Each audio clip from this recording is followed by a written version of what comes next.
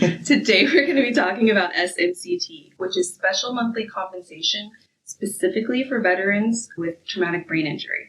So, SMC-T, this is a deep topic. We get a lot of questions about this from veterans who have a TBI and who may be rated 100%. There's a lot of things to know about SMC-T. You may be rated 100%. You may have a TBI. That does not mean that you're entitled to SMC-T. To understand SMC-T, you need to understand SMC in general. And Rachel, Sure. cut me off anytime you want here because I'll get on a rant. So SMC stands for Special Monthly Compensation. It's generally understood as rates above the 100% rate. SMC-T is equal to SMC at the R2 rate, which is the highest rate paid by VA. It's upwards of what? Over $8,000, I want to say $9,000 a month. I'd say it probably top $9,000, certainly after the January 1st pay raise. So VA's not going to grant a benefit like that very easily. And one of the things I tell a lot of people who are applying for SMC-T, who might be at 90 or 100%, is that you need to establish SMC at the regular aid and attendance rate first. Because if you can't get regular aid and attendance, which is at the SMC-L rate, you're never going to get to SMC-T. So you can't just jump straight from one to the other. So, anything you want to add? Yeah, let's go into the difference between SMC-L, just regular aid and attendance benefits, you might have heard it called. And that's when a veteran is unable to perform their activities of daily living independently, or they need protection from themselves or from their own environment. For an example would be a veteran who has dementia and can't use the stove because he may forget to turn it off. So that is the regular SMC level, the types of things that you're not able to do your everyday activities without. But when we're getting into SMC-T, like Carrie said, this is a huge payment.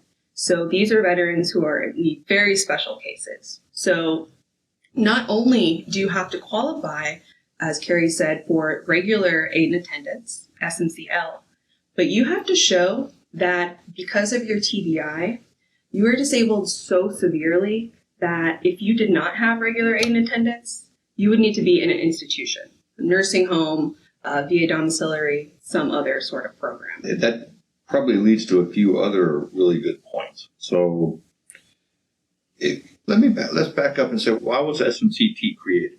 Okay, it was created because a lot of veterans with a severe traumatic brain injury could have been just as disabled, I say collectively, that's the right word, as someone getting SMC R1 or R2, okay? But that would have never qualified for would have never met the statutory requirements for SMC R1 or R2. And I'll give you an example. For R1, right, which is about the most veterans who are severely disabled are going to reach. You need 2 rates of SMC-L through N, right? And that gets you to SMC-O. Yeah, so in other words, if you had 2 rates of SMC-L, that's going to get you to SMC-O. One of those needs to be aid and attendance at the regular level. Then you go to R1, okay?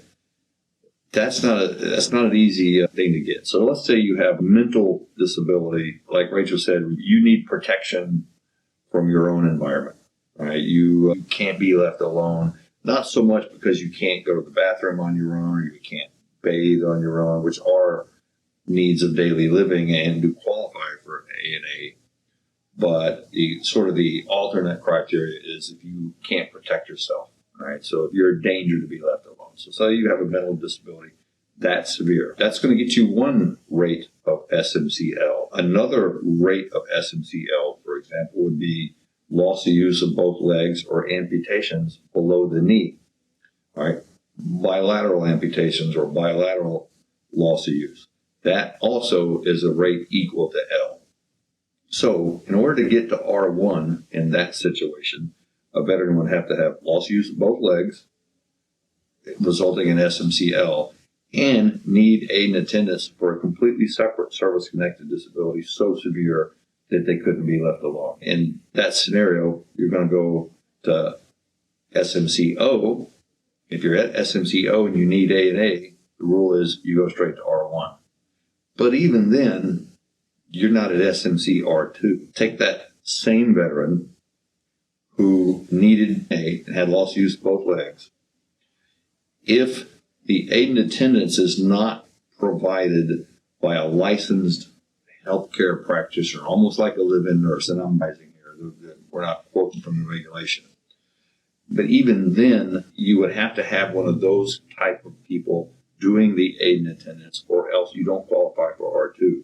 We'll do an example, maybe. So this is the case where, in case such as a veteran's wife might be a licensed nurse, say that they might have IVs or catheters that need replaced and flushing and cleansing. That's not something that just an average person is going to know how to do without either being specially trained, like as a nurse or another medical professional, or receiving instruction from it. It's not just getting someone to and from the different rooms in the house or preparing meals. It's going to be, for R2, you need that advanced medical knowledge. Yeah, a really good point. But like regular A&A, I talked about going to the bathroom or bathing yourself. Apart from keeping yourself free from it, just physical disabilities require you to need assistance in bathing, assistance in dressing, assistance in eating, assistance in attending the wants of nature.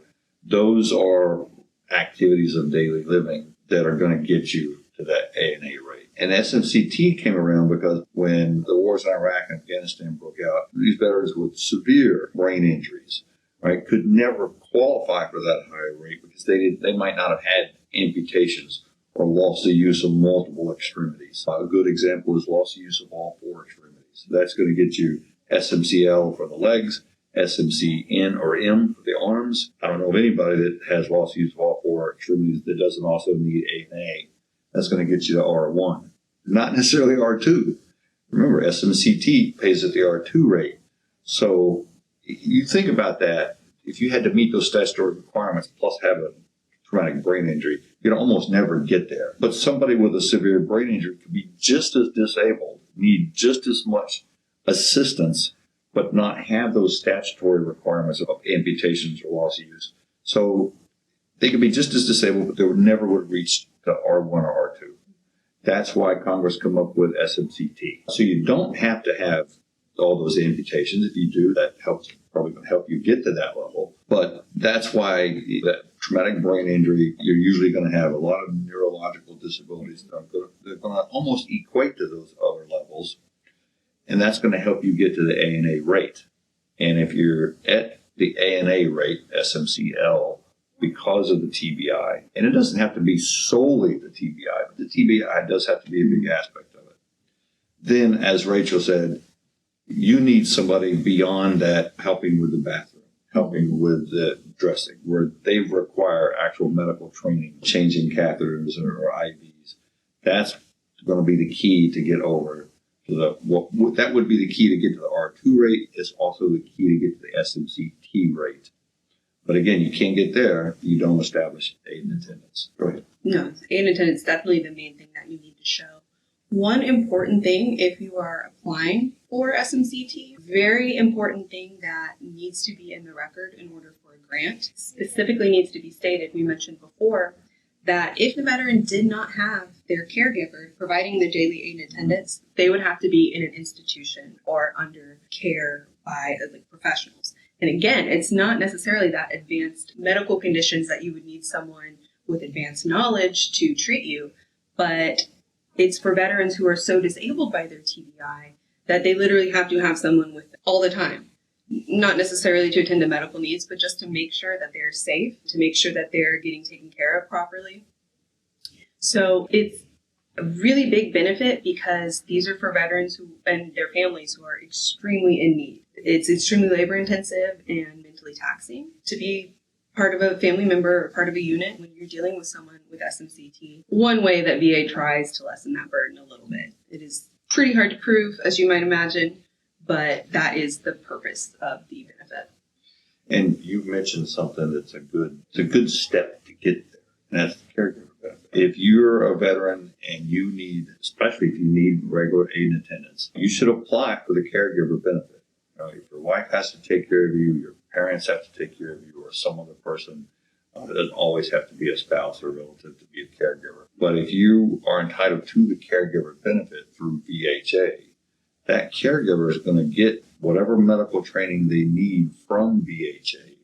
They're going to be supervised by healthcare professionals, and that's going to help you. If you've established aid and attendance and you need that caregiver and you've been granted access to that benefit, that's going to help you get to that R2 or SMC-T rate. That's great evidence to have in the record. And so that program is through VHA, the healthcare system, versus whereas aid and attendance or SMC-T is going to be paid by the VA, which is the benefits side. There's a little overlap. Obviously, it's the VA, so they can see both sides, but they are two different processes. And one good thing about getting the caregiver benefit, in addition to the compensation for brain injury, especially if you're an A, is you might not qualify for the SMC-T still, but that caregiver benefit is going to compensate. It's your spouse that had to stop work. That caregiver benefit is going to compensate your spouse up to, what is it, $2,000, or I don't remember the max amount, but it's going to make up for some of that if you aren't able to qualify for the SMC-T. And if you're at the A&A rate, it's already $4,000 some odd dollars a month. So if your spouse is getting another $2,000 a month, and I'm just using raw figures there, to take care of you, you can't get to the SMC-T rate, and you're almost at that same level of compensation collectively, but not quite. Yeah. Okay. And yeah, essentially if you don't get this SMC-T, if you don't meet that extremely high standard, it's like you have to patchwork together the benefits that you can get. So there's obviously a lot more here in the topic that we could talk about. This is just a very brief overview. If y'all have any questions in particular you'd like us to answer, comments, please let us know. We're always happy to address different topics. Cool.